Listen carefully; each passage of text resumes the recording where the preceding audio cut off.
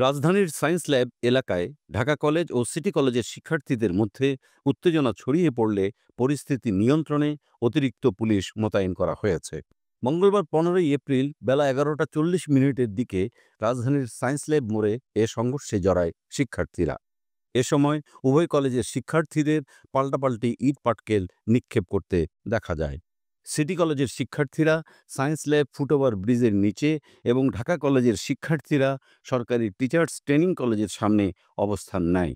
উভয় পক্ষ ইট পাটকেল নিক্ষেপ করেছে। ঘটনাস্থলে অতিরিক্ত পুলিশ মোতায়েন করা হয়েছে। চলতি বছরের ফেব্রুয়ারিতেও সংঘর্ষে জড়ায় ঢাকার এই দুই কলেজের শিক্ষার্থীরা। 20 ফেব্রুয়ারিতে এ ঘটনায় আহত হয় বেশ কয়েকজন শিক্ষার্থী। এর আগে গত 5 ফেব্রুয়ারি তুচ্ছ ঘটনা ও আধিপত্য বিস্তারকে কেন্দ্র করে ঢাকা সিটি কলেজ ও ধানমন্ডি আইডিয়াল কলেজের শিক্ষার্থীদের মধ্যে বিরোধ দেখা দেয়। পরে পুলিশ ও কলেজ প্রশাসনের হস্তক্ষেপে পরিস্থিতি শান্ত হলেও 9 ফেব্রুয়ারি পুনরায় উত্তপ্ত পরিস্থিতির সৃষ্টি হয়। সেদিন বিকেলে ধানমন্ডি আইডিয়াল কলেজের শতাধিক শিক্ষার্থী লাঠিসোঁটা নিয়ে এসে ঢাকা সিটি কলেজের নামফলক থেকে সিটি অংশটি খুলে নেয়।